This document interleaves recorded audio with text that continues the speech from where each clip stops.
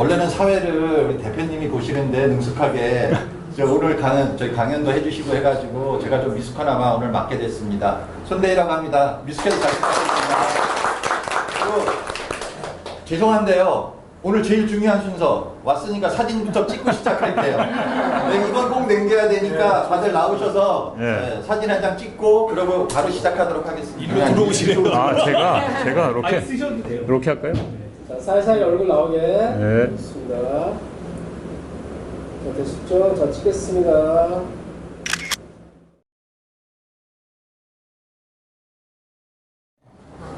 자리에 앉아주시고요. 원래는 이제 각자 한 분씩 걸어가면서 자기소개를 계속 했었는데 이제 얼굴도 많이 익었고 굳이 꼭 그러실 필요 없을 것 같아가지고 그래도 새로 오신 분들은 얼굴을 한 번씩 봐야 될 것 같아가지고 오늘 새로 오신 분 두 분하고 한 분 더 소개할 분이 있는데 일단 새로 오신 먼저 예. 네, 저는요 박 선생님하고 남곡동에서 좋은 추억을 많이 갖고 살았어요. 아침에 일찍 일어나서 산책도 하고 또 꼼생, 꽃생 저는요 힘생 처음 3시로 이렇게 시작해갖고 여러분들이 많이 오셔가지고 이렇게 잘 재미있게 놀고 그랬어요. 이렇게 오늘 초대해 주셔서 감사합니다.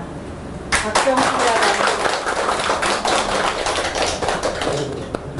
네. 안녕하세요. 저는 분당에서 왔고요. 이제 강의 듣고 여러분 만나게 돼서 반갑습니다.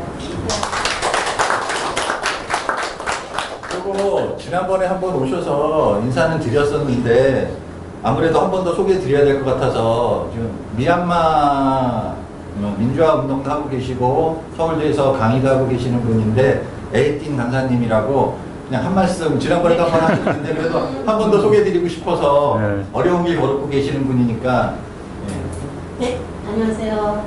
반갑습니다. 저 미얀마에서 온 에이틴이라고 합니다.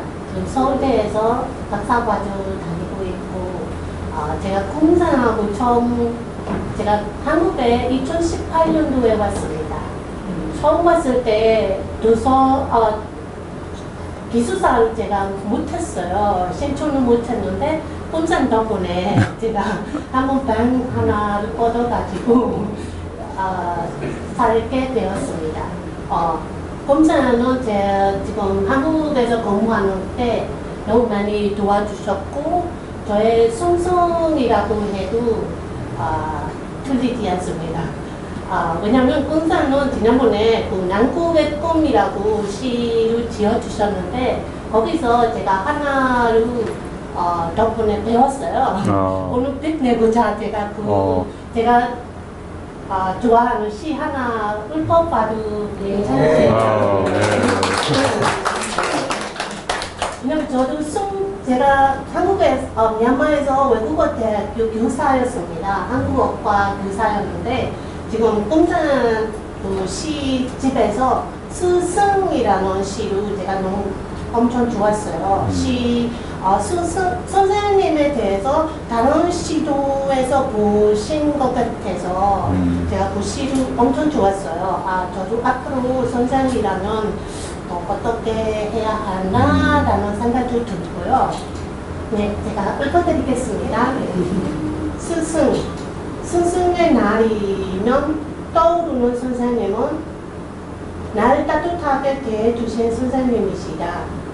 선생님의 따뜻한 미소, 선생님의 다정한 눈빛이 아직도 나는 그립다. 그런데 내게 큰 스승은 과연 누구였을까 생각해본다. 아무래도 나를 가장 힘들게 하신 그런 분들이 아닐까 한다. 그분들 덕분에 나의 안내와 노력에는 한계가 없다는 걸 배웠다. 맞다. 나를 힘들게 하는 이가 나의 가장 큰 스승이다.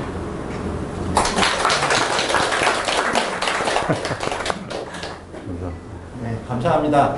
그리고 뭐 길게 서로 펴봤자 좋을 게 없는 것 같은데 그래도 우리 대표님이시자 오늘의 주인공이신 분 소개를 제가 해야 될지 직접 하셔야 될지 모르겠는데요. 네. 저보다 더 잘 알고 계시는 것 같아서 그냥 간단하게만 하겠습니다. 저기 서울대 윤리교육학과 나오셔서 대학원 하시고 교주께서 24년 동안 근무를 하셨고요. 지금은 지역사회 발전과 여러 사람들을 도와가면서 살고 계신 분이니까 간략하게 이렇게 소개를 하고 오늘의 배움 묵자에 대해서 듣겠습니다. 자, 박영아 강사님이십니다. 네. 제가 서서 하겠습니다. 예. 그리고 또 소개 못 해드린 분이 계시는데 오늘 처음 오신 분인데 우리 또 신화연구소 소장님이신데요. 김원익 선생님이랑 우리나라 신화연구의 최고 권위자이십니다. 김원익 선생님 오셨습니다. 예, 저 네. 탐세마부는요 형 아우 하고 있어요. 네. 형인지는 모르려. 추측하시고요. 네, 감사합니다. 네. 그 다음에 또 우리 김대덕 선생님 잠깐 나오세요. 예. 선생님 잠깐 나오세요. 잠깐 나오세요. 예. 지금 사실은 이 오늘 강의에 어떻게 보면 이제 모티브가 될 수도 있는데요. 지금 미얀마 민주화 운동 그 현장 그 생생한 장면들을 매일 생중계하고 계시는 우리 김대덕 선생님이십니다. 예, 박수로 환영해 주시죠. 한 말씀 하세요. 네, 한 말씀. 네, 한 말씀. 아니 한 말씀. 갑자기 그래도 그렇죠. 저는 그냥 지켜볼게요. 예, 예. 이렇게 겸손하십니다. 예, 알겠습니다. 예. 그럼 이따가 한 말씀 듣게 되겠습니다. 예, 감사합니다. 예. 제가 이제 고등학교 때 윤리교과서에 처음으로 등장한 사람이 묵자라는 사람인데, 아까도 이렇게 사진 찍을 때 묵자 화이팅 했을 때 다들 웃었잖아요. 묵자 하면 제일 먼저 떠오르는 말이 뭐예요? 예, 먹자, 밥 묵자, 그죠? 예, 묵자. 저는 그래서 묵자를 읽고 밥을 먹으면 얼마나 마음과 또 몸의 양식이 쌓일까 그런 생각을 해봤는데, 오늘 제가 이렇게 여기 계시는 우리 귀한 친구분들하고 함께 나눌 이야기가 묵자에게 배우는 사랑과 평화입니다. 예, 그러니까 묵자 사상을 두 단어로 설명해 보라고 하면은 사랑과 평화라고 할 수가 있죠. 왜 그런지 지금부터 한번 말씀을 나눠보도록 하겠습니다. 보통 이제 묵자라고 하면은 묵자라는 사람의 그 묵이라는 단어에 일단 관심이 갈 거예요. 그래서 이제 묵이라는 말은 이제 먹묵자예요, 그죠? 또 검다는 뜻입니다. 먹이 검잖아요, 그죠? 그리고 검은 옷을 입고 다닌 사람들이라는 뜻도 되고요. 또 옛날에 이마에다가 먹으로다가 이렇게 지금으로 치면 문신이죠. 형벌의 상징으로 여기다 뭘 새기고 다니는 사람들도 있었어요. 그래서 죄수들을 뜻하는 말이기도 하고요. 또 하나는 이 묵이라는 게 사실 집 질 때 우리가 줄을 긋을 때, 그죠? 먹으로다 그 줄을 긋잖아요. 그래서 이제 수공업자들, 기술자들 이런 뜻도 되고요. 그래서 이런 걸 종합해 봤을 때 묵자라는 사람은 귀족이나 또는 뭐 잘 사는 사람 출신은 아니었을 것이다. 하층민 또는 그 사회의 어떤 기술 계통에 종사했던 그런 사람들이었을 것이다라고 이렇게 추측을 할 수가 있고요. 그다음에 이제 생애를 보면은 공자하고 맹자의 사이에서 살았던 사람으로 많이들 이야기합니다. 그러니까 생몰연대, 출생과 또 돌아가신 연대가 분명치는 않아요. 그러나 이제 대충 추측을 해보기로는 공자 다음 사람이고 맹자 전 사람이다라고 이렇게 기록이 되고 있고요. 또 오늘 뭐 미리 이제 말씀을 드리자면은 들어보신 말 중에 겸해라는 말을 우리가 입에 또는 귀에 이렇게 익숙해지도록 하는데 가장 공을 세운 사람이 바로 묵자라는 사람입니다. 묵자 사상을 아까는 이제 사랑과 평화라고 했는데 한 단어로 표현하면은 겸애라고 이렇게 표현할 수가 있어요. 근데 이제 돌아가신 신영복 선생님 덕분에 겸애 교리, 겸애의 반대말은 별애, 차별하는 사랑. 겸애는 차별하지 않는 두루 널리 사랑하는 그런 걸 겸애라고 그래요. 그래서 이제 겸애설을 주장했고, 그 다음에 보통 보면은 이제 실용주의자, 공리주의자라고 이렇게 많이 얘기를 하는데, 사람이 그 사람을 부모도 아닌데, 형제도 아닌데, 지인도 아닌데 두루 사랑한다는 건 어렵습니다. 그러면 그렇게 두루 사랑하려면 어떻게 해야 되냐? 서로에게 이익이 있어야만 가능한 일이다. 그래서 그것을 간파한 사람이 바로 묵자다. 그래서 겸애 교리. 그래서 상리라는 말, 겸애 상리라는 말도 있습니다. 서로 상자 이익을 준다. 제가 사실은 이제 뭐 아까 우리 에틴 선생님이 제 시집을 소개하면서 이렇게 스승이라는 시를 소개해 주셨는데, 제 마음속에 이제 시에 대해서 좀 알도록 깨우쳐 주신 분이 나태주 시인이신데, 나태주 시인이 한 번은 그 공주 풀감문학관에 이제 친구들하고 놀러 갔는데 그런 얘기 하시는 거예요. 거기 같이 간 일행 중에서 이제 그 저하고 이제 지인들하고 있고, 그 다음에 나태주 선생님이 계시는데, 그 지인 중에 한 분 보고 이렇게 빠끔 쳐다보면서 제가 왜 박 선생을 만나는지 아세요? 박영하 선생을 만나는지 아세요? 딱 그러면서 글쎄요 이렇게 하니까 서로에게 이익이 되기 때문이에요. 딱 그러시는 거예요. 난 시인의 입에서 그런 얘기가 나올 줄 몰랐어요. 그러니까 너무 한쪽에 희생이나 헌신만을 요구하는 그런 어떤 사랑이나 관계는 지속되기가 어려워요. 사실 부모 자식 간의 관계가 무슨 주고받는 관계나 또는 계약 관계는 아니지만, 자식이 너무 속을 속인다든지 부모가 너무 인색하다든지 자식한테, 그러면 가족 간의 관계가 깨지기 쉽잖아요. 그런 걸 미리 간파하고 사랑과 평화를 외치는 사람이 아닌가. 전 요즘에 그런 생각을 많이 해요. 그래서 서로에게 이익이 되지 않는 관계를 지속하는 거는, 그거는 수도죠. 수도. 그죠? 수도에 해당하는 거죠. 헌신과 희생을 계속 강요받는 그런 삶이라는 게 과연 행복할까? 그런 생각이 들고요. 그럼에도 불구하고 그런 거 저런 거 계산 따지지 않고 이익 따지지 않고 희생과 헌신을 계속 하는 분이 있다면, 그분들을 일컬어서 우리가 성인이라고 하죠. 성인. 근데 우리가 다 성인이 될 수는 없잖아요. 보통 사람들을 위해서 자기 사상을 설파하고 설득하려면은 서로에게 이익이 되는 관계를 가지고 설명해야만 가능하지 않았을까, 그런 생각을 해보고요. 그 다음에 하나는 이제 요즘 전쟁이 한창이잖아요. 지금 우크라이나 사태도 그렇고 미얀마 사태도 그렇고 세계 곳곳에 그래도 국지전이라 이런 게 있는데, 일찍이 전쟁을 반대한 최초의 인물 중에 한 사람이 바로 묵자다. 그래서 공격 전쟁을 반대한 사람. 그렇다고 해서 전쟁 그 자체를 반대한 게 아니라, 옛날에 그 나라가 잘못되거나 임금이 너무 횡포하고 포악한 정치를 계속할 때는 그것을 저항해서 새로운 어떤 왕조를 만들어가는 그런 걸 허용을 했죠. 그리고 맹자도 사실은 그런 역성혁명을 주장한 사람이에요. 그래서 잘못된 어떤 그 정치가 계속되는 것을 막기 위해서 새로운 체제로 전쟁을 통해서 뒤집어 엎는 거, 이런 걸 혁명이라고 하는데, 그 혁명 자체를 반대한 건 아니에요. 우리 그 묵자 선생님이. 묵자는 그리고 상대가 공격해 오는데 그냥 당하고만 있어라? 그것도 아니에요. 그래서 이제 나중에 나옵니다만은, 전쟁이 나면 전쟁에서 피할 생각을 하지 말고 이길 궁리를 하라는 얘기죠. 그리고 전쟁이 안 일어나는 게 최고인데, 일어났을 경우엔 상대의 공격을 방어할 수 있는 기술을 충분히 갖추라는 얘기죠. 그걸 일컬어서 이제 비공론이라고 합니다. 그리고 공격 전쟁을 반대했지만 저항 전쟁은 찬성한 거죠. 예. 그리고 마지막으로 이제 요즘에 우리 환경 문제의 가장 큰 원인이 함부로 쓰고 마구 쓰는 거 아닙니까? 쓰지 않아도 될 걸 쓰고. 그래서 이제 당시에 벌써 기원전 4세기, 5세기경에 환경론자예요. 사실은 또 묵자 선생님 한편으로 보면 물건을 아껴 써라. 그리고 그 당시에 귀족들이나 그 왕들이 너무 이게 장례를 후하게 하니까, 후장, 장례를 후하게 하고 제사를 오래 하는 겁니다. 상을 오래 모시는 거예요. 보통 3년상, 뭐 5년상도 하고. 예, 근데 그렇게 해서 폐해가 많다는 걸 일찍이 깨닫고 장례도 좀 간소하게 하자. 그래야 서로에게 좋다. 예, 돌아가신 분에 대한 예의를 굳이 3년씩 끌 필요가 뭐가 있냐는 거죠. 그리고 그렇게 많이 뭐 관을 뭐 좋은 걸 사고 화려하게 치장해가지고 모신들, 그게 과연 의미가 있겠냐는 거죠. 예, 그런 얘기를 한 걸로 보면은, 지금으로 치면 어떤 수목장 같은 어떤 간소한 어떤 그 장례로 이렇게 지금 많이 옮아가고 있잖아요. 그런 걸로 보면은 그 간소한 장례의 어떤 그 모범을 보이신 분이다, 이렇게 생각할 수 있습니다. 그래서 이런 사상들을 가지고 있는데 좀 더 구체적으로 한번 살펴보도록 하겠습니다.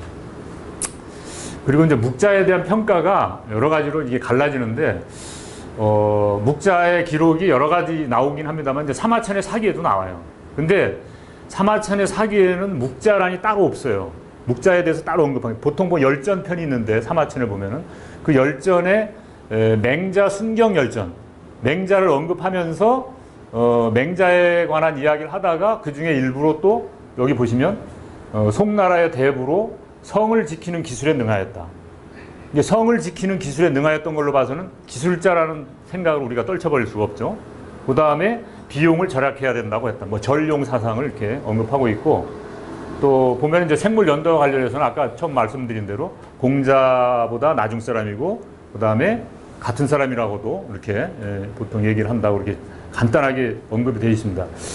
그래서 이제 어떤 학자들은 원래 사기에 묵자가 기록이 돼 있었는데 묵자가 워낙 그 저항적인 인물이고 반체제 인사다 보니까 당시에 학자들이 일부러 묵자 편을 뺀 게 아니냐라고 추측하는 사람들도 있어요. 이게 사기의 원본이 그대로 전해온다고 주장하는 사람들도 있지만 그 중에 일부가 보통 많이 그 개조를 하잖아요, 그죠? 왜곡도 하고 은폐도 하고 소실된 것도 있고. 그래서 묵자같이 훌륭한 사람, 당대에 뭐 공자랑 같이 쌍벽을 이뤘다라고 평가받는 인물이 사마천의 사기에서 빠질 리가 없지 않냐, 그런 얘기를 하고 있는 거죠. 그리고 장자라는 사람도 장자 그 편에, 천하 편에서 묵자는 진실로 천하를 사랑한다. 물론 이 앞에 생략된 말이 있어요. 묵자는 각박한 사람이었다. 그러니까 너무 이렇게 엄격한 어떤 그 교리의 업무이다 보니까 자기를 돌볼 겨를도 없고 부하나 신하 그 자기 제자들에게도 엄격했다는 겁니다. 그걸 이제 각박했다라고 표현을 하는데, 그러나 자기의 도를 추구하여 얻지 못하면, 그러니까 자기의 도가 딱 이렇게 설정한 도가 있는데 거기에 도달하지 못하면 몸이 깡마르게 된다 하더라도 그만두지 않을 사람이다. 실제로 묵자의 사진을 보면, 다른 사람들은 그 사진을 보면 좀 이렇게 퉁퉁한 그 사진들인데 묵자는 좀 이렇게 광대뼈가 이렇게 드러날 만큼 얼굴이 길쭉하고 말랐어요. 예. 그리고 이제 묵자는 겸해를 주장해서 머리 끝에서 발꿈치에 이르기까지 털이 다 닳아 없어진다 하더라도 천하에 이로운 일을 행하려 했던 사람이다. 물론 이 앞에도 생략된 말이 있습니다. 맹자는 묵자를 엄청 비난을 했는데, 모든 사람을 다 사랑하려면 부모, 임금, 뭐 자식, 그런 사람들하고 똑같이 어떻게 사랑할 수 있냐. 그게 뭐 짐승이나 그렇게 할 수 있는 거지. 응? 그래서 묵자는 차별 없는 사랑을 주장한 것에 대해서 맹자는 되게 그 묵자에 대해서 비난했어요. 부모와 자식, 부모 아닌 사람을 어떻게 동등하게 대할 수 있냐. 그건 이제 짐승이나 하는 짓이다. 이렇게 얘기를 했어요. 네. 그래서 맹자는 맹자 같은 사람이 이제 묵자를 이렇게 비난한 거에 대해서는 개인적으로 좀 의아한 부분이 있습니다. 왜냐하면 맹자는 반체제적인 어떤 혁명 사상을 많이 주장했던 사람이기 때문에, 그래서 이제 묵자랑 성향이 좀 비슷할 줄 알았는데, 맹자는 또 공자의 뜻을 이어받다 보니까 저렇게 묵자를 의도적으로 폄하하지 않았나. 그러면서도 뒷부분에 가서는 또 인정을 했어요. 왜냐하면 그의 실천을 본 거죠. 자기가 한 말에 대해서 어떤 행동을 했는지가 그 묵자의 제자들을 통해서 다 입증이 됐으니까. 그 다음에 이제 한비자는 묵자에 대해서 세상에 정말 그 훌륭한 학문이 있다면은 바로 유가와 묵가다. 네. 그러니까 한마디로 유가와 묵가가 당대에 쌍벽을 이뤘다는 얘기입니다. 한비자 같은 유명한 학자도 그렇게 얘기를 했어요. 그리고 여시춘추에 보면은 공자와 묵자의 제자와 무리들이 천하에 가득 찼다. 그러니까 공자의 제자들만 가득 찬 게 아니고 묵자의 제자들도 가득 찼다는 데 방점이 있습니다. 그만큼 공자의 제자들과 묵자의 제자들이 한 시대를 풍미했던 그런 사람들이었다는 걸 알 수가 있고, 여기 보시면 이제 뭐 구류 가운데 오직 유가만이 묵가와 비견되고 나머지 제자 백가는 모두 그에 비할 바가 아니었다. 보통 우리가 제자 백가 하면 제자 백가 할 때 백자를 일백백자를 쓰잖아요. 그러면 100가지 무슨 사상가들이 있었다 이렇게 생각하는데 그런 건 아니고요. 대체로 중국의 역대 그 유명한 사상가들이나 그 학파들을 9가지 정도 부류로 나눕니다. 그래서 구류라고 한 거예요. 그 구류에 해당하는 게 바로 뭐 음과 양으로 나눈 세상을 음양의 이치로 음양가, 그 다음에 유가, 묵가, 그 다음에 병가, 명가, 법가, 도덕가, 종행가, 잡가, 농가, 이렇게 해서 9개 정도로 나누는데, 그 중에서 이 사상들이 당시 춘추전국 시대를 이렇게 휩쓸었던 그런 주요 사상가들인데, 그 중에서도 묵자의 사상과 유가의 사상이 가장 으뜸이었다는 얘기입니다. 그 정도로 묵가가 굉장한 사람이었다는 얘기죠. 그리고 모택통이라는 사람 아시죠? 마오쩌둥. 중국 공산화의 어떤 최종 승리자. 그래서 이제 묵자는 노동자로서 비록 관리직에 있진 않았으나 공자보다 현명한 성인이다라고 묵자를 추켜 세웠어요. 네, 그 정도로. 왜냐하면 이제 모택통의 입장에서는 어떻게든지 당시 그 일본으로부터 또는 당시의 국민당 정부로부터 자기들이 세상을 이렇게 바꿔야 되는 그런 위치에 있었기 때문에 저항적인 사상을 가질 수밖에 없었겠죠. 역대 사상가들 중에서 누가 중국을 제대로 바꾸려고 했던 사람인가라고 공부를 하다 보니까 묵자를 만난 거겠죠. 그래서 저런 얘기를 한 겁니다. 그리고 우리나라에서 묵자의 대가를 꼽으라면 기세춘 선생님이십니다. 기세춘 선생님. 그분이 쓴 묵자 책은 두께가 이 정도 됩니다. 베개로 써도 손색이 없을 만큼 아주 두꺼운 책인데 묵자를 그 완역을 이렇게 나름대로 하신 분이에요. 그리고 또 그걸 해설역을 하신 분인데 그분의 평가는 저렇습니다. 묵자의 삶과 사상이 우리가 믿는 예수님이 설파한 사랑과 어찌 그토록 흡사할 수가 있던 것인지 정말 믿기지 않을 정도다.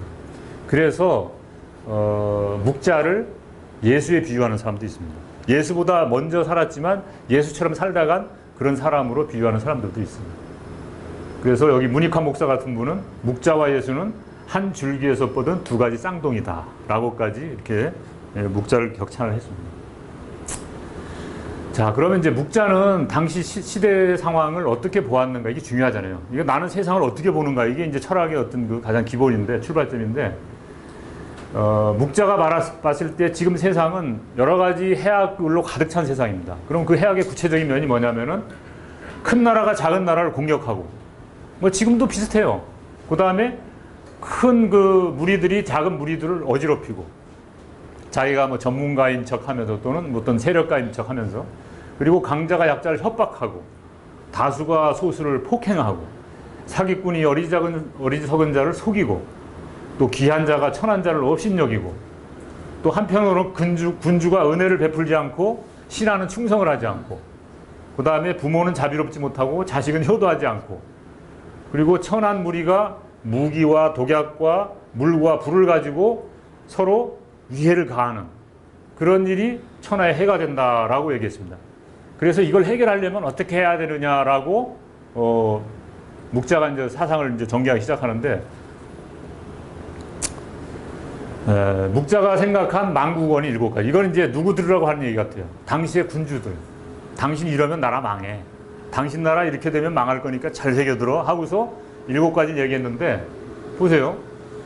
성곽이나 해자. 해자는 이제 다른 적이 침략하지 못하도록 성 주위에 파는 연못이죠. 해자. 거기에 이제 그 간격을 해서 말들이 쉽게 들어오지도 못하고 공격을 못하게 저지하는 저지선을 해자라고 하는데 그거는 지키지도 못하면서 궁궐을 막 치장하는 거. 그 다음에 적이 국경에 왔는데도 사방 이웃 나라에서 어디서도 구해주지 않는 거. 네. 도와줘 하는데 아무도 손 내미는 사람이 없는 거예요. 내가 도와줄게 해야 되는데. 제가 어제 신천호 선생님하고 산에 갔는데 산내에 머루가 이렇게 잎이 막 이렇게 가지를 뻗으면서 막 이렇게 어딘가로 올라타야 되는데 올라탈 놈이 없어가지고 나무에 이렇게 기어 올라가면서 이렇게 가지를 뻗고 뭐 잎을 계속 내야 되는데 없어가지고 땅으로만 기어다니는 거예요. 그러면서 우리 신천호 선생님 하시는 말씀이 머루가 손을 내미는데 손 잡아주는 이가 없어서 저렇게 땅을 기고 있다. 얼마나 불쌍하냐 하면서 이렇게 나무에다 이렇게 걸어주셨어요. 신천호 선생님께 박수 한번. 우리 모임에 이런 분이 계시다는 게 정말 참 좋은 것 같아요. 제가 어제 하신 걸 제가 유심히 보고 지금 기억해서 그대로 지금 고백하는 겁니다.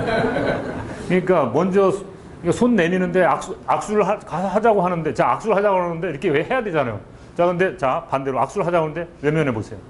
제가 어떻게 됩니까? 이런 거죠.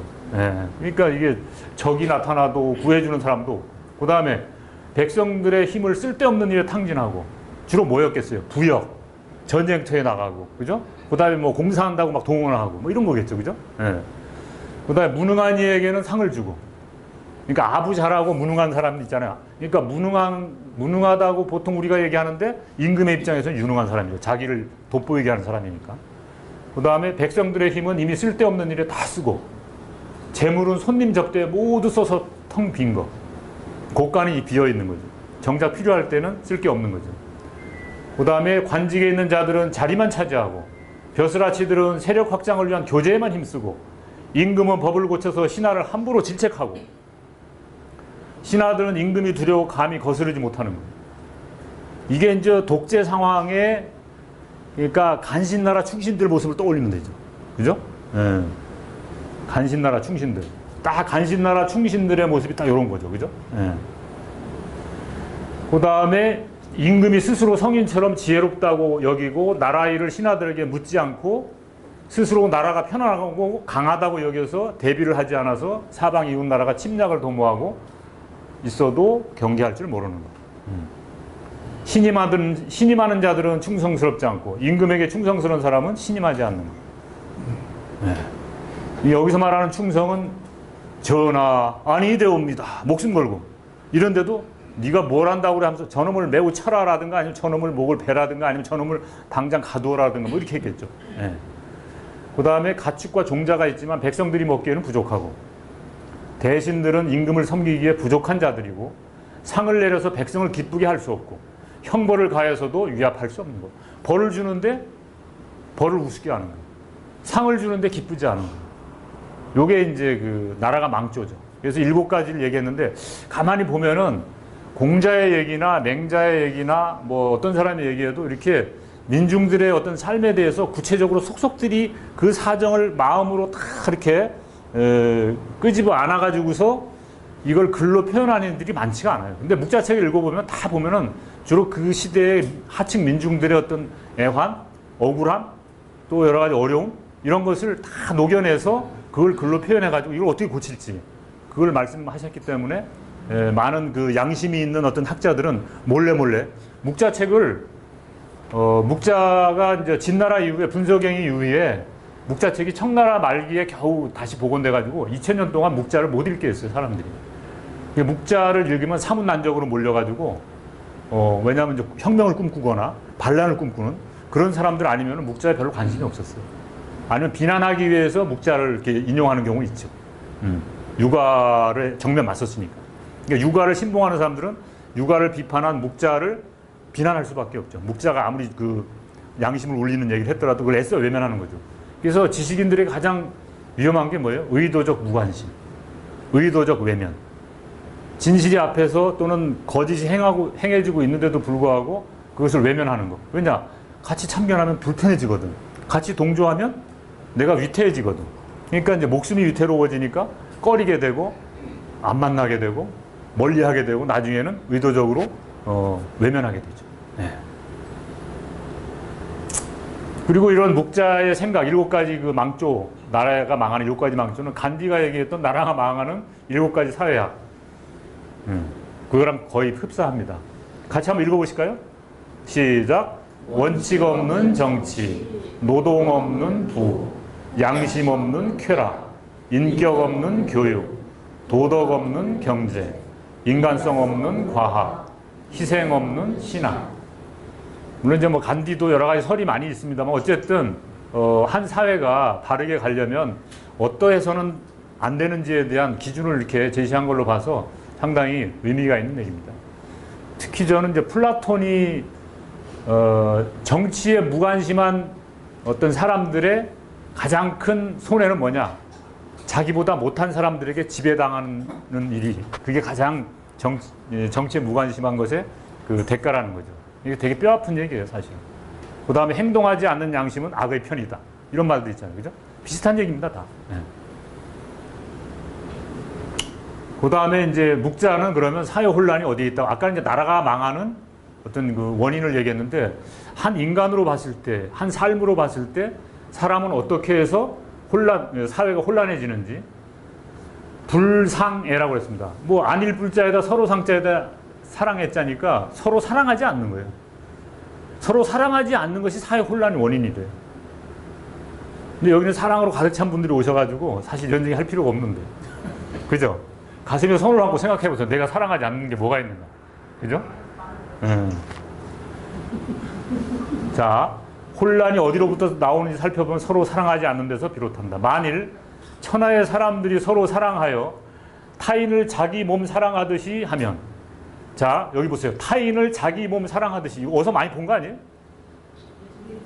예수님께서 내 이웃을 내 몸과 같이 사랑하라는 얘기를 했는데 이거를 벌써 예수님보다 먼저 묵자가 한 얘기예요. 제가 뭐 예수님보다 묵자가 낫다는 얘기를 하려고 하는 게 아니라 예수님처럼 생각을 가진 사람이 이미 기원전에 있었다는 얘기입니다. 네. 벌써 한 400~500년 전에, 기원전 400~500년 전에. 예수님보다 뭐 한 400~500년 전에 사시다 가셨으니까 대단한 분인 거죠. 이런 얘기를 한 거군요. 그리고 남의 집을 자기 집 보듯이, 남의 나라를 자기 나라 보듯이. 그러니까 우리 김대덕 선생님 같은 분은 남의 나라예요, 미얀마가. 근데 우리나라보다 더 사랑하는 것 같아, 내가 볼 때는. 어떨 때 질투가 나요.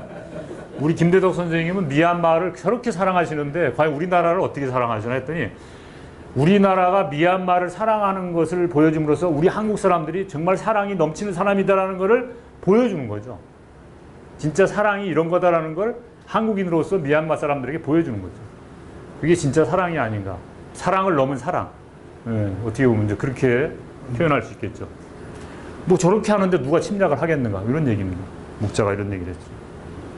자, 제가 이제 한번 도대체 불쌍하다는 말, 우리말에. 불쌍하다는 말이 어디에서 왔을까 어원을 이렇게 고민을 해봤는데 아무래도 묵자가 말한 불쌍해에서 온 것 같아. 불쌍해를 세게 발음하면 어떻게 돼요? 네, 불쌍해. 자, 불쌍하다는 게 뭐죠? 아이고 불쌍해라. 불쌍하다는 거 두 가지 뜻이 있어요. 손을 내미는데 손 잡아주는 이가 없는 거예요. 짝이 없는 거예요. 이걸 불쌍하다고 하죠. 그리고 사랑하고 싶은데 사랑하지 못하는 거예요. 사랑받고 싶은데 사랑받지 못하는 거. 이게 불쌍한 게 아니냐 이거죠. 그래서 그 불쌍해가 불쌍해가 된 게 아닌가. 일리가 있습니까? 네. 일리가 있죠. 제가 어디 가서 강의를 했더니 다른 건 다 기억이 안 나는데 이건 기억에 남는다고 하더라고요. 아, 불쌍하다는 게 그런 뜻이구나. 네. 그리고 뭐 우리 한자하고 한글하고 또 의미 상통도 하지만 소리도 상통하는 게 많이 있어요. 그래서 중국의 한자랑 우리 한글하고 서로 뭐 사촌지간이라고 해도 과언이 아니죠. 혹시 저 우리 송경훈 대표님 언어학에 또 일리가 있으신데 저의 이런 해석에 대해서 한번 어떻게? 너무 좋아요? 아니, 저 좋다 나쁘다 얘기하는 게 아니라 이런 이론에 대해서 어떻게 생각하세요? 일리가 있다고 생각하세요? 실제로 그 한자를 음이 이제 우리나라하고 관계가 있다는 예. 얘기를 하시는 학자분들이 제가 아, 그래요. 실제로 관계가 있습니다. 네, 그러네요. 그러면 뭐 제 말이 그렇게 이게 터무니없는 건 아니에요, 그죠? 불쌍하다 할 때 불쌍을 한자로 쓰면 불쌍, 짝이 없다, 그죠? 아이고 불쌍해라. 자기가 불쌍하다고 생각하시는 분 계세요 여기? 나는 참 불쌍해. 아 그래? 왜 불쌍하다고 생각하세요 우리 권영훈 이사님? 네. 사랑이 없는 친구들이 많아요. 아. 사랑이 없는 친구. 사랑이 있는데 네. 사랑이 없는 친구. 서로 통하셨네요. 네. 친구는 많은데 사랑이 없다. 사랑이 먼저인데. 사랑이 있는 친구를 사귀고 싶은데 사랑 없는 친구가 너무 수두룩하다. 그게 사회 혼란의 원인입니다. 우리 사회 혼란의 원인. 네. 자, 그 다음에 이제 묵자는 왜 이런 생각을 갖게 됐을까? 묵자는 기본적으로 하늘이라는 것을 생각을 했어요. 하느님을 생각했어요. 그래서 예수와 통한다는 겁니다. 그래서 문익환 목사님은 예수와 묵자라는 책도 쓰셨어요. 이렇게 묵자라는 책을 검색해 보면 예수와 묵자라는 제목의 책도 있습니다. 제가 오늘 말씀드리는 책들은 꼭 한번 읽어보세요, 진짜. 뭔가 이렇게 도움이 될 것 같아요.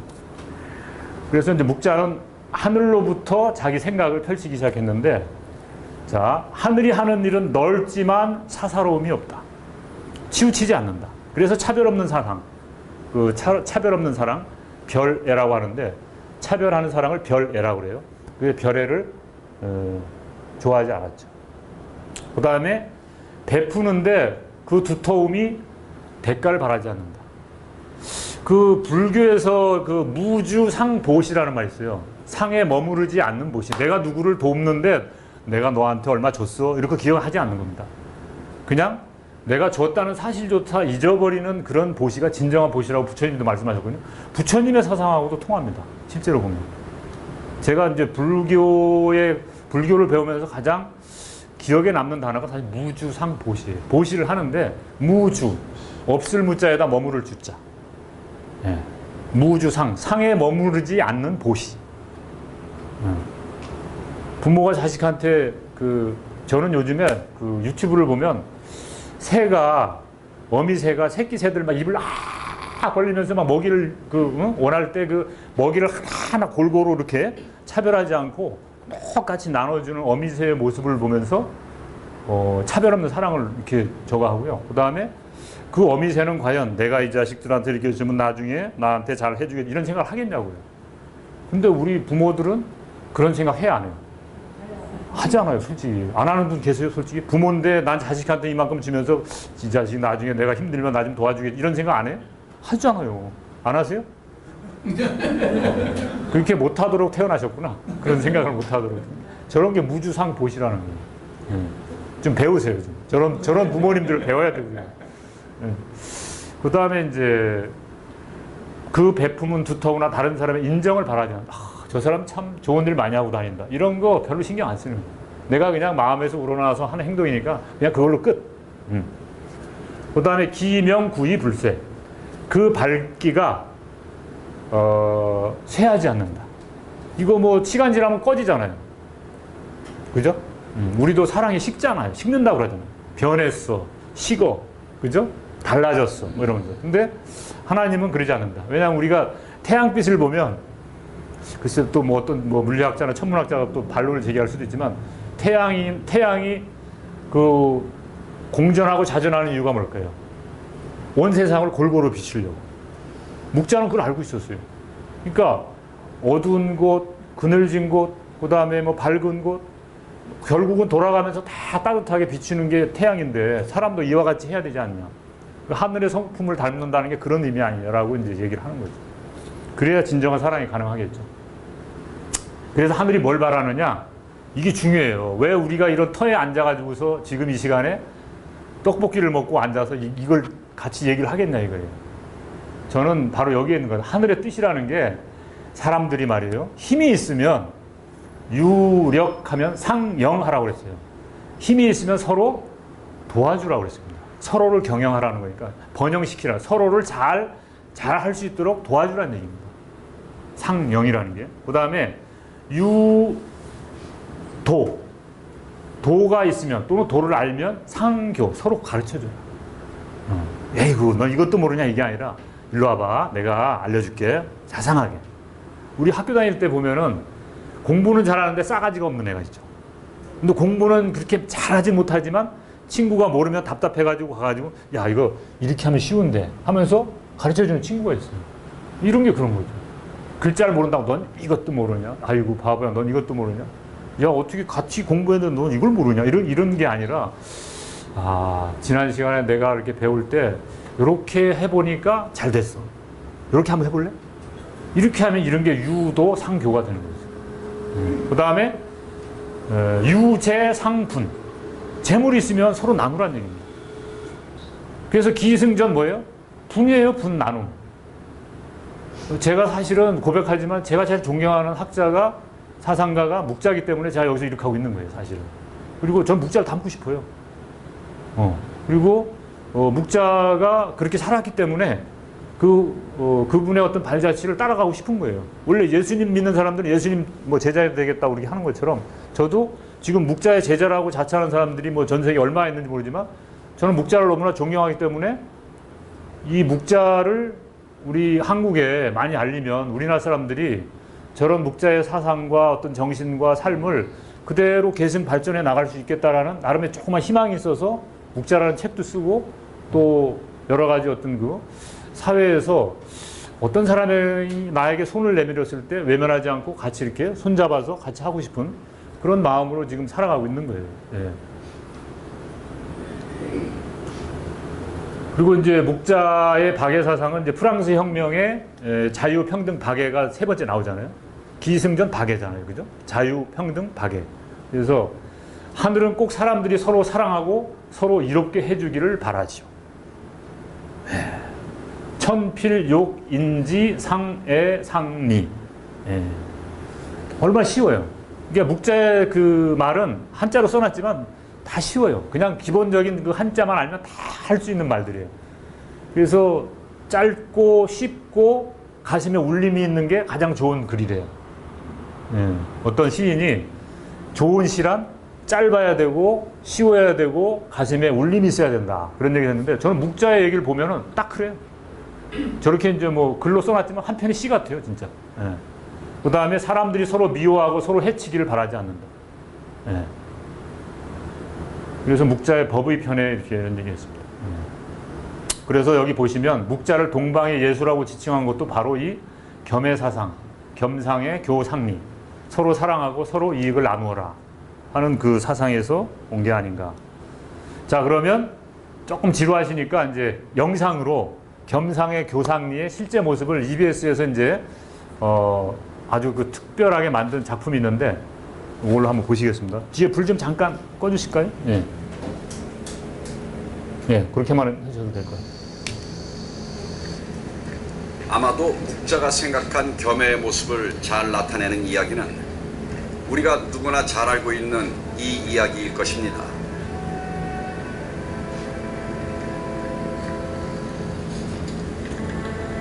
옛날 어느 마을에 아무도 돌봐줄이 없는 장님과 안진뱅이가 살았습니다. 매일 장터에서 동냥을 하러 다니며 겨우 연명했지요. 어느 날 사람들이 잘 쳐다보지도 않는 곳에 앉아 아무런 소득 없이 하루를 보내고 있는 장님과 안진뱅이는 동병상련의 아픔을 느낍니다.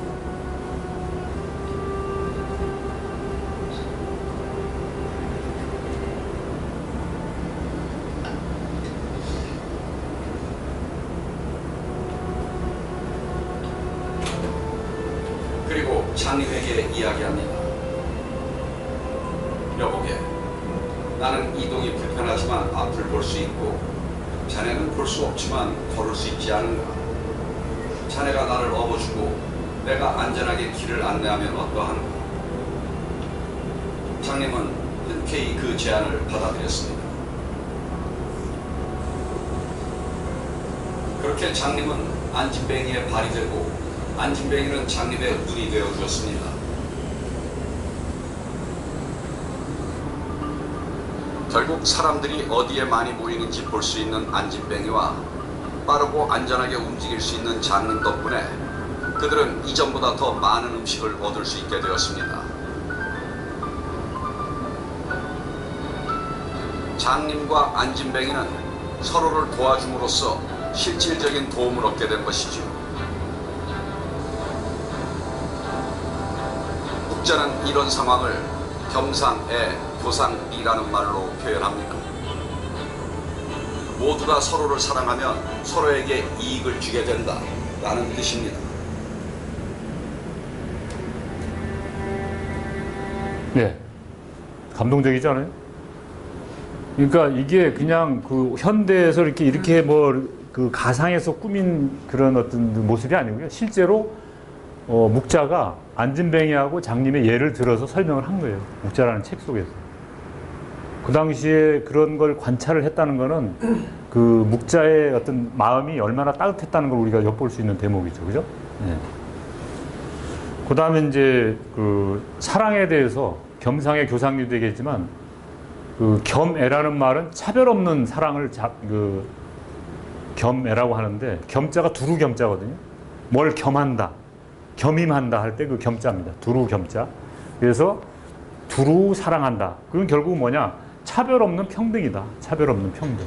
차별 없는 평등인데 이 대목은 뭐냐면은 묵자의 제자들이 얼마나 엄격했냐면은 그래서 이제 장자가 각박하다고 표현을 했는데 그 묵자의 그 제자 중에 한 사람이 이제 그 살인을 저질렀어요. 그러면 묵자의 그 묵가의 무리들은 살인을 하면 사형에 처하는 게 벌이었어요. 근데 이제 그 묵자의 제자 중에 한 사람이 살인을 했는데 그걸 어떻게 알아가지고서 묵자의 아버지가 데리고 와가지고 죽이려고 했더니 그걸 듣고 그 당시에 군주가 뭐 그렇게까지 하냐, 아들인데 한번 기회를 줘라, 살려주라고 했는데도 그 자리에서 죽여버렸어요. 이래서 이제 그 맹자도 묵가의 이런 모습을 보고 아버지도 없는 부모 자식 간의 그런 어떤 그 천륜을 파괴한 놈들이라고 이렇게 비난을 한 거예요. 이런 구체적인 사실이 있어요, 실제로. 근데 이렇게 안 하면은 예외가 계속 생겨서 자신들이 세워놓은 원칙이 무너질까 두려워서 그렇게 한 거죠. 근데 이제 공자를 보면은 공자 같은 경우는 이제 제자가 어느 동네에서 염소를 훔친 아버지를 관가에 고발하겠다고 하니까 이게 잘한 거냐 못한 거냐 하니까 잘못한 거라고 그러잖아요. 네. 그런 점이 좀 다른 거예요. 이게 공자와 묵자가 갈리는 대목이 바로 이런 부분이다. 부모와 자식 간의 관계에서 잘못이 생겼을 때 어떻게 할 것이냐. 그런 게 이제 다른 부분이죠. 그 다음에 또 우리 공자의 사상 중에서 우리가 빼놓을 수 없는 게 바로 전쟁을 반대한 비공. 여기 보시면 이제 침략 전쟁을 반대한 겁니다. 그러니까 상대방의 어떤 그 잘못된 점이 계속돼서 어떤 나라가 군주가 포악해가지고 백성들을 못 살게 굴고 있는데 그때 반란이 일어나가지고서 기존의 어떤 그 폭군을 쓰러뜨리고 새로운 나라를 건설하는 것까지 반대한 건 아니에요. 그 역성혁명까지 반대한 건 아닙니다. 그 정의로운 전쟁을 반대한 건 아니고 잘못된 전쟁을 반대한 거죠. 예를 들면은 나라가 큰데 이미 나라가 땅덩어리도 큰데 자꾸 옆에 있는 약소국들을 집어삼키려고 하는 거예요. 그걸 가만히 눈 뜨고 볼 수가 없었던 거죠. 묵자는. 그래서 전쟁을 반대한 겁니다. 그러면 전쟁을 왜 반대하냐면 전쟁은 이런 엄청난 나쁜 점들이 있다는 겁니다. 구체적으로 봄이나 가을에 전쟁을 일으키면 농사를 못 짓는다. 얼마나 평범한 진리예요. 그죠? 근데 실제로 보면은 봄이나 가을에 전쟁을 많이 해요. 왜냐하면 여름과 겨울엔 추우니까 전쟁을 못 해. 더우니까 못 하고. 그러니까 할 수 없이 따뜻하고 곡식이 많을 때 전쟁을 하는 거예요. 그 다음에 백성은 헐벗고 얼어 죽고 굶어 죽어요. 그렇잖아요. 전쟁이 나면. 그리고 전쟁을 일으키면 군수품, 군사를 일으켜야 되고 뭐 곡식이나 나무를 베고 자르고 그 다음에 성곽을 부수고 해자를 묻고 가축과 노약자를 학살하고 도망치는 군사를 사형에 처한다고 위협하고 그 다음에 남의 나라를 빼앗고 군인들을 죽이고 백성을 해쳐서 결국 성인이 옛날부터 끼친 일을 어지럽혀 놓고 서로 사랑하고 이롭게 하라는 하늘의 뜻과도 전혀 맞지 않는다. 요즘 뭐 우크라이나나 미얀마에서 벌어지는 특히 이제 미얀마에서 어처구니 없이 저질러지는 그 폭력적인 그런 여러 가지 그 정말 인면 수심 짐승만도 못한 그래서 우리 김대덕 선생님이 가끔 보면 페이스북에다가 이 연병할 놈들이라고 막 욕을 해요. 진짜 그 정도로 저주를 퍼붓는다니까요. 그래서 우리 김대덕 선생님 요즘에 하시는 일과 관련해서 이 묵자 생각과 이렇게 좀 공감하시는 분이시면 잠깐 얘기 좀 하시죠. 예, 한번 하세요. 제가 말을 꺼냈으니까 김대덕 선생님께서 요즘 페이스북에 그 미얀마 그 쿠데타 정부가 미얀마 민간인들 또 정말 아무 잘못도 없는 그 어린아이들을 또 마을을 막 불태우는 그런 장면들을 계속 실시간으로 중계하고 계시거든요. 그럼 한 말씀 하시죠. 예, 어떠셨는지. 제가 어제 회친 그 지금 PDF로 싸우고 있는 친구한테서 메신저로 나가 사진이 들어왔어요. 네. 근데 너무 잔혹하게 죽였더라고요. 그 전투기로다 포격한 마을이 사마임 지역인데 네. 어디라고는 잘 자세히는 모르겠는데 민간인 12명이 일단은 그 전투기로다 사상을 당했고 그 다음에 산 사람을 뒤로 묶어서 그대로 태워서 그 사진이 그대로 들어와 있어요 저한테. 그래서 제가 어제 너무 바빠서 오늘은 너무 늦어서 못 올리고 그거를 이제 올려달라고 이거를 꼭 그 전 세계에 좀 이렇게 공포를 좀 해달라고 부탁을 메신저로 다 해왔거든요. 그래서 이제 오늘 집에 가면은 정리를 해서 올리려고 해요. 그 사진이 그대로 근데 어떻게 그렇게 잔인하게 그런 짓을 할 수 있는지 저도 제 자신이 너무 막 놀라고 또 소식을 전하면서도 한 2, 3일 쉬었다가도 또 무슨 짓을 했을까 그렇게 너무 좀 궁금해지고 그래서 또다시 소식을 올리게 되고 그래요. 네. 수고하시는 김대덕 선생님께 박수 한번.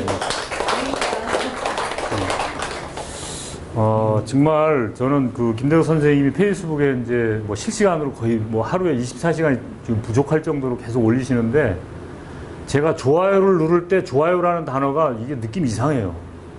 그런 사진을 올리는데 좋아요를 제가 눌러야 하는 심정이 너무 참. 그래서 어떨 때 좋아요를 안 누르고 바로 댓글로 써버리든가 그렇게 하는데 정말 너무 어떻게 보면은 내가 경험해보지 못한 그런 끔찍한 어떤 그런 살상, 죽이고 막 해치고 그런 거를 사진으로 직접 불태우고 마을이 불타고 사람들이 막 시체가 불타고 그냥 죽이는 것도 모자라서 뒤로 묶어가지고 막 불태우고 그런 사진을 물론 이제 페이스북 담당자들이 보면은 뭐 이런 거 뭐 검열에 걸려가지고 어떨 때는 막 20일씩 정지도 먹고 그러세요. 근데도 올리시는 거예요. 왜냐하면 한 사람이라도 더 이런 사실을 알아야만 전쟁이 빨리 끝나니까. 그렇습니다. 자, 그래서 침략 전쟁인 공벌은 반대하지만 공격해서 정벌하는 것은 반대하지만 우임금, 탕임금, 무함과 같이 포악하고 어지러운 짓을 하는 자들을 정벌해주는 주벌. 혼내주는 거죠. 한마디로. 주벌은 찬성하는 거죠. 그래서 이제 그러면 묵자는 전쟁이 일어났을 때 또는 전쟁이 일어나기 전에 뭘 했느냐? 전쟁이 일어나지 않는 것을 원했어요. 그렇기 때문에 전쟁이 일어날 낌새가 보이면 전쟁을 일으키려고 하는 나를 찾아가요. 찾아가가지고 이 전쟁 당신 진다.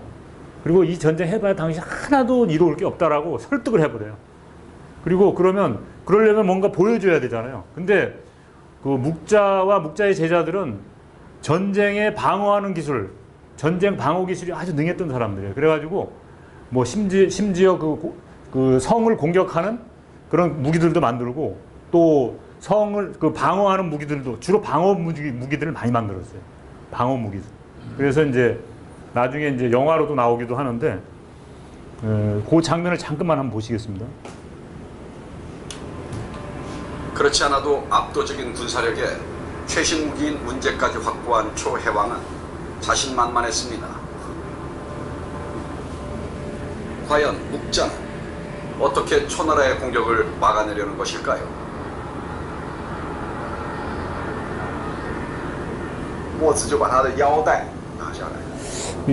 허리띠를 풀러가지고 이렇게 성처럼 이렇게 만들었어요. 在这个楚王的一个这个茶几上面把它摆下来，然后就跟楚王讲说这样子，请楚王看公叔先生怎么攻打，我怎么样来防守。结果好，他的楚王当然很高兴了，说好，那你们比试一下。我去杀死他。 이 사람은 이제 초나라의 당대 가장 이 공격 전쟁에 능했던 공수반이라는 사람이에요. 공수반. 인류 역사상 최초의 시뮬레이션 전쟁, 워게임이 시작된 셈입니다.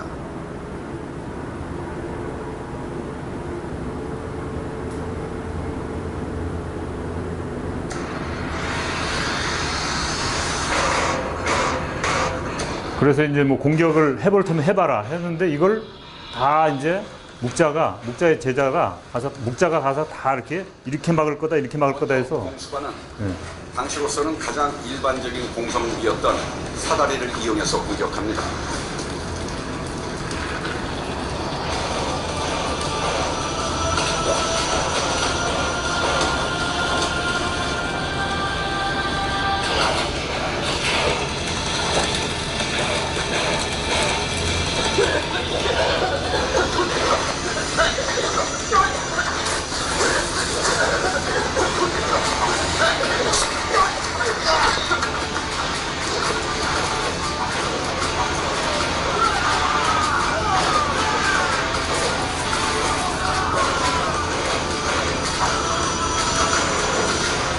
사다리를 앞세우고 압도적인 병력이 대밑대처럼 승격으로 돌진합니다. ちょっと難しい状況ですけど、義っていうのは槍のことです。相手攻撃側が槍攻撃側の兵隊 그러니까 개미처럼 막 그 사다리를 놓고 이제 그 적군이 막 몰려왔을 때 어떻게 퇴치하는가에 대한 얘기입니다. そんなの嫌だって言って逃げ出そうとしたら下の方で攻撃が 그래서 이제 도망치는 병사들은 다 쳐버리는 거예요. やつの首なんか切っちゃいなんかするから 그러니까 이제 살기 위해서 할 수 없이 죽음을 무릅쓰고 공격을 해야 되는 거죠. 이런 비참한 일이 전쟁을 겪게 되면 일어나는 거죠. という攻撃方法です。 묵자는 이에 대한 방비책을 다음과 같이 설명합니다. 개미떼처럼 적군이 성벽을 기어오르며 공격하는 군대는 그 장수가 성이 낮기 때문이다. 방어하는 편에서는 높은 위치를 이용하여 이들을 공격한다. 그들을 끌어들이고는 불과 끓는 물을 끼얹고 포장에 불을 붙여 적군을 덮어 씌우며 모래와 돌을 빗발처럼 내리친다.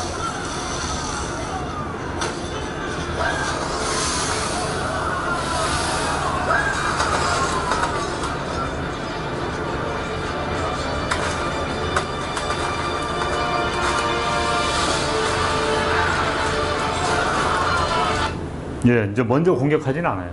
그 대신 방어는 철저하게 하는 겁니다. 이게 이제 문제까지 확보한 초해왕은 자신만만했습니다. 과연 묵자는 어떻게 초나라의 공격을 막아내려는 것일까요? 네. 그래서 이제 그 우리나라에 그 과거에 묵공이라는 영화가 들어온 적이 있어요. 유덕화하고 안성기. 유덕화가 이제 묵자의 제자인 형미라는 사람으로 나오고요. 그 다음에 이제 상대편 나라의 성주가 이제 안성기로 나. 그러니까 우리나라 어린애들 표현을 하면 묵자는 좋은 사람, 안성기는 나쁜 사람이에요. 유덕화는 좋은 사람, 안성기는 나쁜 사람으로 나온 거죠.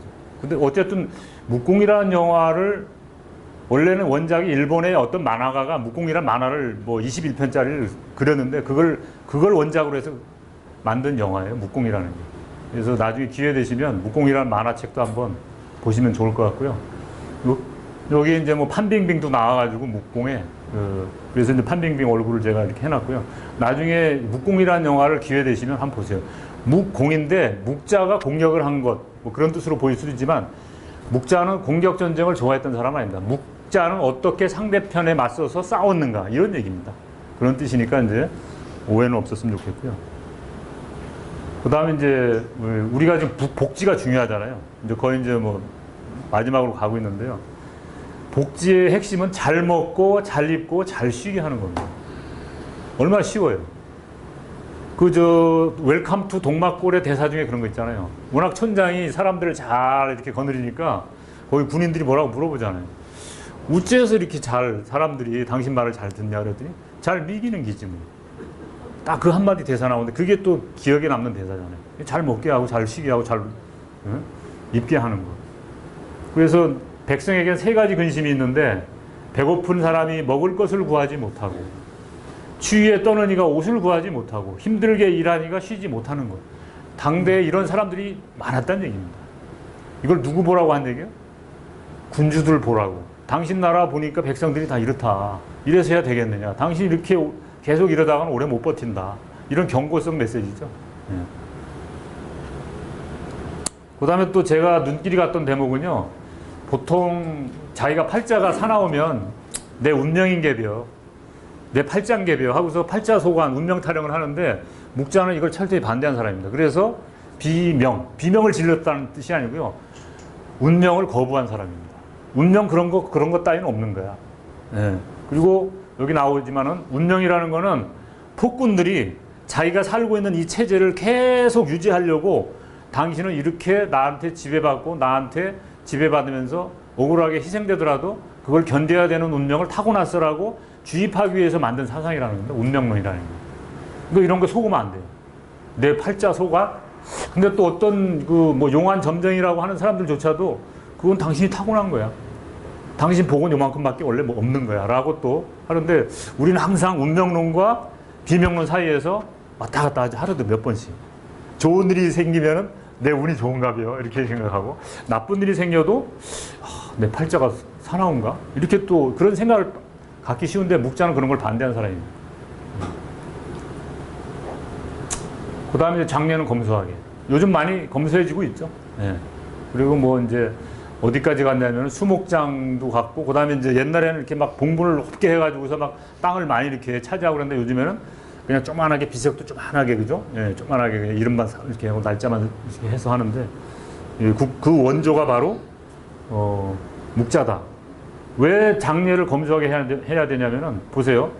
3년 동안 곡하고 울어서 부축한 후에야 일어서고, 그렇죠? 계속 울고 있으니까 보다 못해서 자꾸 이렇게, 저도 이제 할머니 돌아가셨을 때 하도 울어가지고 옆에서 저를 부축한 그 주위 사람들 때문에 이 대목이 생각이 나더라고요. 근데 힘이 하나도 없어요. 울고 나면 배도 고프고 눈물은 쑥 빠지고 얼굴에 막 그 눈물 자국이 막 있고. 근데 그걸 3년 동안 해보세요. 하루만 해도 그런데 우린 보통 한 3일장밖에 안 하잖아요. 그런데도 막 기운이 없고 막 배가 고픈데 3년을 초막을 짚고 그렇게 해보세요. 얼마나 힘들어요. 피골이 상접해가지고 잘 걷지도 못해가지고 지팡이가 있어야 짚고 다닌다는 얘기입니다. 그 당시의 상황을 리얼하게 다 묘사하고 있는 거예요. 그리고 잘 들리지도 않아요. 기운이 없으니까. 그냥 숨만 쉬는 거죠. 그리고 눈에 보이는 것도 없고. 이게 뭐 한 사람을 망하는 거지만 이런 사람들이 많다 보면 천하가 제자리를 잡지 못하겠죠. 그래서 이제 이거는 당시 육아를 비판하기 위해서 이런 얘기를 한 거다. 왜냐하면 후장구상이라는 게 육아의 덕목이거든요. 미덕이었거든요. 그래서 이제 묘지도 부족하고 여러 가지 문제가 많은데 이런 것에 어떤 그 모범을 미리 보여주신 분이 묵자님이시다 이렇게 보고 있습니다. 그리고 이게 뭐 정권이 바뀌면 항상 이제 사람 물갈이를 하잖아요. 그래서 나라를 세우는 가장 근본은 인사입니다. 인사가 만사라는 말이 있는데, 그래서 이제 인사를 하는 원칙이 있는데 바로 현명한 사람을 숭상하라. 훌륭한 사람을 등용을 많이 하라는 얘기입니다. 그 다음에 의로운 사람을 등용하라. 여기 보면 왜 의로워야 되냐면 하늘은 의로운 존재이기 때문에. 그래서 의롭지 않으면 부유해지지 않고, 의롭지 않으면 귀해지지 않고, 의롭지 않으면 친해지지 않고, 의롭지 않으면 가까이 할 수 없다. 우리나라에 지금 서울에 사대문이 있잖아요. 동쪽에 흥인지문, 서쪽에 도내문, 남쪽에 숭례문, 북쪽에는 그죠? 숙정문이 있는데 그걸 이제 인의예지로 따지면은 홍지문이라고 이렇게 얘기를 하잖아요. 그래서 근데 이 동쪽에 있는 흥인지문은 그냥 놔뒀어요. 근데 도내문을 일제 때 무슨 이유로 철거를 해버렸어요. 아주 싸게 그걸 불화를 해가지고. 근데 왜 그랬냐는 설이 여러 가지가 있는데 그 중에 하나는 음모론일 수도 있지만 이 의자라는 단어가 불의를 보면 참지 못한, 그죠? 그 다음에 부끄러운 일이 있으면 참지 못하는 그런 것을 의롭다고 하는 거 아닙니까? 근데 의병들의 의자도 의롭다 할 때도 의.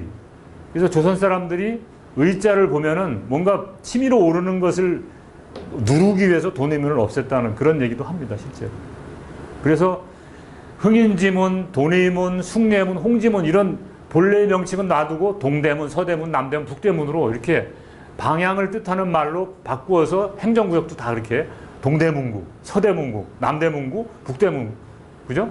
근데 북대문은 없으니까 그냥 다른 걸로 대체하는 거죠. 그래서 이런 그 행정구역 개편할 때도 우리 어떤 그 원래 고유의 어떤 그 뜻이 있는 그런 이름들을 다 바꿔치기 한 게 일제의 만행 중에 하나다라고 이렇게 우리가 이해를 할 수가 있겠죠. 자, 이제 정리를 하겠습니다. 우리 인류의 어떤 지금까지의 역사의 어떤 모든 그 이념들을 총망라해 놓은 게 유엔 헌장의 전문입니다. 거기에 보면은 전쟁의 불행에서 다음 세대를 구하고 인권, 존엄, 그 다음에 평등, 존중, 자유, 진보, 그 다음에 평화, 관용 뭐 이런 말들을 다 담아놓은 게 국제연합 헌장의 헌문인데 이 사람들이 뭘 가지고 이렇게 이런 말을 만들어냈겠어요. 그 중에 묵자의 사상도 영향을 줬을 것이다라고 저는 생각을 합니다. 많은 문화를 뒤졌을 거 아닙니까? 인류가 추구해야 할 보편적인 이념이 과연 뭘 거냐 했을 때 유엔 헌장을 초안을 쓴 사람들이 역사적인 많은 문헌들을 참고했을 텐데 저는 묵자의 문헌이 많이 참고된 것 같아요. 왜냐하면 저런 개념들이 다 묵자가 주장했던 거거든요. 그리고 심지어 우리나라 그 다음에 이제 이럼에도 불구하고 묵자는 진나라 이후에 그리고 청나라 말기까지 그냥 묻혀 있었어요. 왜냐하면 유가가 정권을 잡아서 계속 유지해왔기 때문에 거기에 정면으로 맞섰던 묵가는 시대에서 많이 밀려날 수밖에 없었죠. 그러나 이제 청나라가 외세의 침략을 받으면서 청나라의 어떤 그 실증 사상이라든지 또 청나라의 많은 개혁적 지식인들이 문헌들을 막 읽는 걸 흩어진 걸 뒤지다 보니까 묵자 사상을 발견한 거예요. 그래서 묵자가 복원되기 시작한 거는 청나라 말기 그리고 중국의 공산화 과정에서도 묵자가 많이 재조명되고 있습니다. 예. 그리고 이제 우리나라에도 묵자가 이제 70년대, 80년대 저항적 지식인들에 의해서 조명이 돼서 그런 책들이 이제 몇 권 남아 있는 거고요. 그 다음에 이제 묵자가 왜 쇠퇴했느냐 여기 보시면은 묵학 자신의 모순 여기 보시면 이상이 너무 높았고 조직이 무너지고 진나라를 옹호한 혐의 때문이다. 그래서 이제 진나라를 옹호한 진나라를 나중에 이제 한나라가 이제 뒤집어 엎잖아요. 그러니까 한나라는 또 유학이잖아요. 그러다 보니까 이제 진나라를 옹호했던 진나라를 한때는 왜냐하면 기존의 진나라 이전의 세력보다 훨씬 더 강성했었지만 어쨌든 과거의 모순을 해결하려고 노력했던 것이니까 그 당시로서는 묵자로서는 옹호할 수밖에 없었던 그런 또 불가피한 면이 있었겠죠. 그거 때문에 또 이제 한나라를 세운 나라들에 의해서는 진나라를 옹호했던 묵자를 멀리할 수밖에 없는 거죠. 그다음에 이제 자체의 약점, 뭐 제왕들의 귀족들의 어떤 박해 이게 너무 심했던 거죠. 그래서 이제 김학주 선생님이 우리나라에서 이제 묵자를 많이 연구하신 분인데 그분의 사상에서 이제 생각에서 좀 따왔고요. 우리나라 헌법 전문하고도 보시면은 묵자의 사상하고 일맥상통하는 게 되게 많아요. 그래서 우리나라 헌법 전문에 나와 있는 좋은 개념들, 정의, 인도, 뭐 동포의 자율, 조화, 그다음에 뭐 균등, 기회균등, 그다음에 뭐 책임, 의무, 뭐 세계 평화와 인류 공용에 이바지하려고 하는 게 우리 대한민국의 건국의 목적이다라고 주장한 그런 부분들도 보면은 다 이제 묵자의 사상하고 일맥상통하는 거다 이렇게 볼 수 있고, 제가 이제 마치면서 한 말씀 드리면은 묵자의 그 겸해 사상은 예수님의 사랑, 석가모니의 자비하고도 일맥상통한다. 그리고 묵자가 운명을 거부하고 의로움은 하늘로부터 온다라고 하는 법의 사상, 그리고 겸해 사상, 이런 것은 자유, 평등, 박애를 주장한 프랑스 혁명 사상하고도 맥을 같이 한다. 그리고 대한민국의 건국 이념이 홍익인간이 묵자가 주장했던 것과 큰 차이가 없다. 그리고 세계 평화와 지속 가능한 지구, 환경 문제, 기후 위기 이런 것과 관련해서 전룡, 절장 이런 게 다 일맥상통하는 얘기고, 또 인류 공동체 발전의 묵자의 사상은 우리가 정말 깊게 한번 조명하고 계승할 만하다라고 생각을 합니다. 그래서 이런 책들을 참고했고요. 참고로 2000년에 중국에서 발간한 우표인데 이게 묵자의 초상화입니다. 중국을 그 빛나게 한 고대 사상가 묵자라고 이렇게 밑에 나오죠. 80원짜리인가요? 그게? 82원짜리 우표를 저렇게 해놓은 것 같아요. 이 정도로 묵자는 최근에 와서도 조명받고 있는 사람이다라고 했고요. 짧은 시간은 아니었던 것 같아요. 조시는 분도 계시는 것 같고 힘드셔서 그래서 제 부족한 지식으로 짧은 시간 안에 묵자에 대해서 간단히 말씀드렸습니다. 예, 감사합니다. 강의는 잘 들었고요. 근데 저는 왜 저 2500년 지난 세월 이 시기에 과학이 발전된 세상을 사는데도 남의 얘기 같지가 않네요. 제가 살고 있는 세상과 별로 달라진 게 없는 것 같아요. 어쨌든 강의는 요거로 마치고요. 자, 우리 강사님하고 질의응답 시간을 좀 갖도록 하겠습니다. 혹시 뭐 궁금하신 게 있거나 뭐 그런 게 있으시면 좀 질문해 주시고 우리 강사님의 대답을 듣도록 하겠습니다. 네. 아무도 안 계신가요? 질문이 없는 강의가 제일 형편없는 강의라는. 제가 형편없는 강의를 했다는 걸 증명해 보이시지 마시고요. 네. 질문 있습니다. 아, 예, 우리 김시우 선생님. 그 묵자 철학이 이 시대에 너무너무 이렇게 갈급하다는 거는 네. 현실적으로는 그게 지켜지고 있지 않다라는 거잖아요. 네. 그런데 육아 사상이 오히려 우리 문화에 더 많이 오랫동안 지배해 왔는데, 네. 그 역사적 배경에 대해서 만약에 유교보다도 육아 사상이 조금 더 세상을 지배했다면 지금 기독교 이런 것처럼 또 묵자가 바라는 세상이 됐다면 더 자유롭지 않았을까. 네. 그런데 이제 현실적으로는 그게 안 돼서 아까 잠깐 그 묵자의 완벽할 수는 없지만 그 취약점이라고 하는 거 네. 그런 게 있어서 그런가 지금 현실도 저희도 반묵자밖에 생각이 안 나지. 네. 심오한 묵자 강의 처음 듣거든요. 아, 그래서 그렇어요. 좀 그거에 대해서 좀 궁금증이 생겼습니다. 네. 왜 묵자의 사상이 그렇게 좋고 사람들의 어떤 심금을 울리는 사상임에도 불구하고 확산되지 못했는가? 네. 예수님의 그 어떤 그 삶이 지금 기독교로 인해서 많이 전 세계로 퍼졌는데도 묵자는 왜 그렇게 못했는가?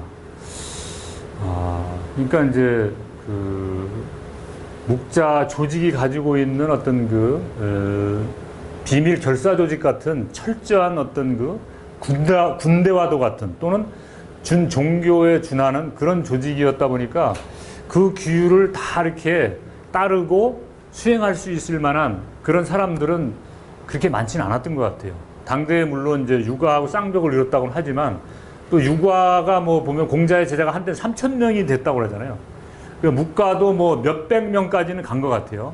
한 그 거자를 중심으로 해서 뭐 300명 단위라든지 이렇게 어떨 때는 뭐 문헌에 보면 한 60명 정도 부하를 거느리고 뭐 이런 표현도 나오는데 절대적인 어떤 당시 어떤 그 기원 전의 상황이니까 지금보다는 숫자는 적었겠지만 그래도 육아에 영향을 끼칠 만큼 육아가 보기에 저 묵가라는 사람들 있는데 눈여겨봐야 되겠네. 그 정도로 영향을 줬다는 얘기죠. 근데도 불구하고 너무나 철저한 규율.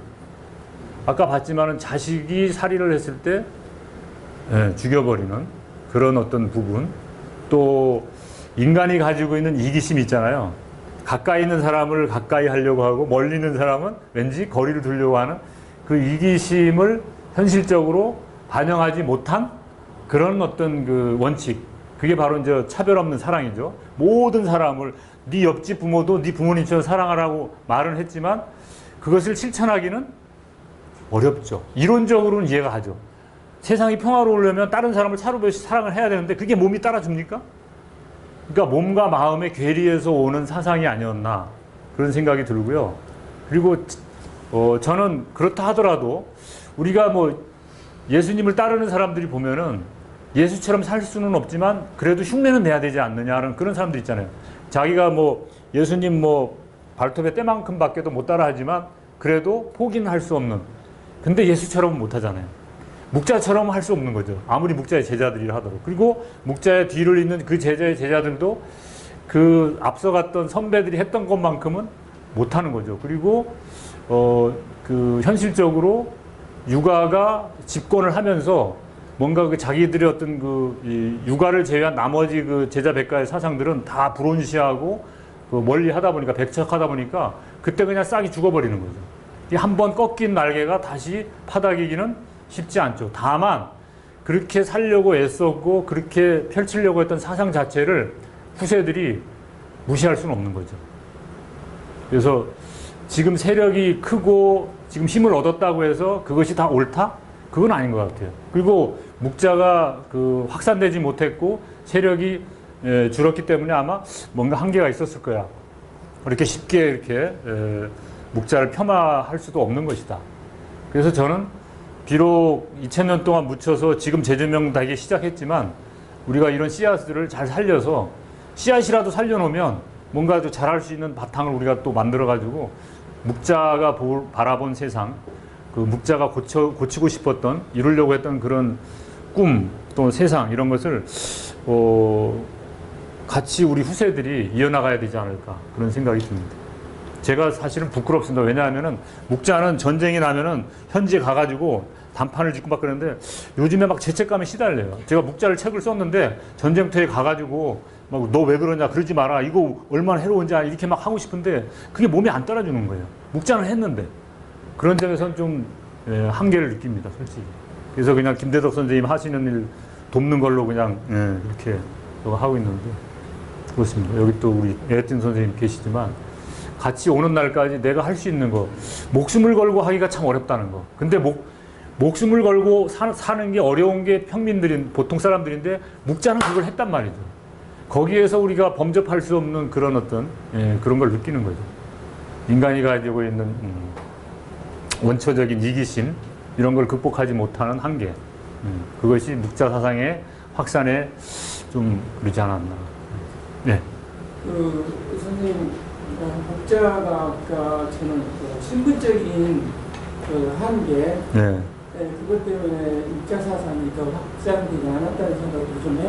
예, 그렇죠. 왜냐면 아까 이름에서 묵자가 뭐 목줄팅 목도 되고 또 검은 옷도 되고 또 이마에 병을 치는 그것도 된다고 했는데 적자를 보니까 또 거의 꽁역자거든요. 봉황 뭐. 그러면 야인이라는 뜻. 그렇죠. 기도 해요. 그래서 이 사상이 내려오면서 그 태생이 우리 조선식 반상의 차이처럼 그런 태생이기 때문에 많이 확산이 안 되고 육아의 제자보다는 저 묵자의 제자들이 야인들이 많이 이렇게 따르지 않았나 이런 생각이 맞습니다. 제 의견인데 정확한 지적이십니다. 실제로 그렇게 학자들이 얘기를 하고요. 태생 자체가 그렇게 뭐 높은 귀족 출신도 아니고 또 그러다 보니까 자기가 택할 수 있는 직업이나 어떤 올라갈 수 있는 어떤 그 한계가 있었던 거죠. 그리고 또 그런 사람들과 어울리다 보니까 대를 이어서 계속 그럴 수밖에 없었고요. 그러니까 제도권 안으로 진입하지 못한 게 어떻게 보면 결정적인 한계라고 봐야죠. 제야 인사로 계속 활동을 하다 보니까 탄압이 또 극심하게 들어오니까 거기서 이제 조직이 와야 되면서 자취를 감추게 되는 그런 비극을 맞이한 거죠. 근데 이렇게 조명을 하는 거 보면 이 시간에 우리가 여기 대학동에 와가지고 묵자를 이렇게 얘기하는 거 보면 대단한 분은 대단한 분이었던 것 같아요. 그러면 네. 교수님께서 지금 우리 대표님이 이렇게 묵자 강의를 하는 거는 우리나라가 지금 처한의 수치로 볼 때 이분의 그 사상이 도움이 될 수 있다고 네. 보고 하시는 거죠. 그렇죠. 저는 그 촛불혁명 때 광화문 쪽에 항상 있었거든요. 네. 그때 굉장히 희망을 보고 그랬는데 또 다른 어떤 좌절을 많이 느껴요. 똑같은 말을 하고 똑같은 것을 먹으면서 공기를 숨을 쉬고 사는데 어떻게 이렇게 다를 수 있을까? 정말 국가를 사랑하고 이웃을 사랑하고 묵자의 사상을 적용한다면 우리가 더 역사적으로 진보를 해야 되는데 지금 후퇴하고 있는 것이 아닌가 해서 굉장히 좌절할 때가 많아요.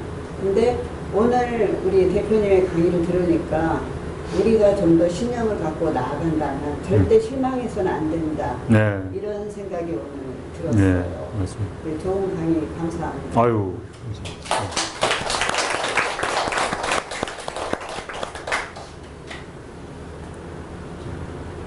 더 질문하실 분 계신가요? 뭐 질문이 아니라도 뭐 이렇게 하시고 싶은 말씀이라도 있으시면. 송영화 선생님 어떠셨습니까? 묵자에 대해서 내가 열심히 하셨던 책을 제가 한번 읽어보고요. 네. 네. 감사합니다. 여기 일일이 한 분 한 분 지적하면서 질문 받는 것도 그렇고, 이 모든 거, 우리 대표님은 말씀 안 하셨는데 이건 제 그냥 임의대로 하는 거예요. 조금 전에 얘기를 하시길래 우리 대표님이 쓰신 책자입니다. 광고 시간을 갖도록 하겠습니다. 네. 저기 뭐야, 직접 읽기 싫으시면 이게 청소년 권장 독서예요. 뭐 주변에 뭐 조카나 자제분들이나 있으시면 한 번쯤은 읽어봐도 괜찮은 책인 것 같아서, 대표님은 얘기 안 하셨는데 그냥 제가 말씀을 하시길래 도서관 가서 빌려서 보셔도 되고, 꼭 사시기 싫으시면 이거 봐주시면 좋겠고, 그리고 이제 광고 하나 더 하겠습니다. 이제 강사님 끝나셨고 대표님으로서 다음 강의 잠깐 광고 한번 해주시죠. 예, 예. 그 6월 원래 강좌 이걸로 이제 마무리가 되고요. 7월 달에는 우리 지금 촬영하느라고 힘쓰시는 우리 이재관 대표님께서 요즘 지난번에 우리 저 손경훈 대표님은 챗 GPT를 활용해서 어떻게 우리 삶을 개선할 것인가, 또 세상이 어떻게 변화할 것인가 했는데, 실질적으로 이제 그 우리 이재관 대표님은 광고 대행사에 있으시다가 그 나오셔가지고 VJ로서의 새로운 삶을 사시다가 요즘에 이제 세상에 그 AI라든지 여러 가지 어떤 유튜브라든지 이런 어떤 그 문명의 어떤 그 변화에 빨리빨리 적응할 수 있는 그런 주변 사람들에게 도움을 줄 수 있는 그런 기술이 뭘까를 연구하시다가 그걸 실제로 하면서 또 생활하시는 분이에요. 그래서 다음 달에는 우리 이재관 대표님과 함께 요즘의 그 세상의 변화와 더불어서 이 IT 환경, 유튜브 환경, AI 환경, 또 오늘도 보니까 우리 손경훈 대표님께서 그 구글에서 또 페이스북 그것에 맞서기 위해서 또 뭐 새로운 어떤 뭐 챗GPT에 맞서는 유튜브를 다 그냥 그 AI가 다 습득을 해가지고 새로운 걸로 구글이 지금 내놓으려고 지금 전면전을 지금 하려고 준비가 돼 있는데, 그런 동향이라든지 이런 것까지 해서 우리 이재관 대표님의 그 강의를 한번 들으려고 합니다. 그래서 7월달 행사에도 여기 계시는 분 요렇게라도 다 오시면, 또 한 분씩 더 모시고 오시면, 장소가 좀 좁으면 뭐 다른 데서 할 수도 있으니까, 예, 그렇게 해서 또 모임을 이어갔으면 좋겠습니다. 예, 이상입니다. 7월달에도 다들 참석해 주실 거라고 믿고요. 오늘 강좌는 요거로 마치도록 하겠습니다. 예, 감사합니다.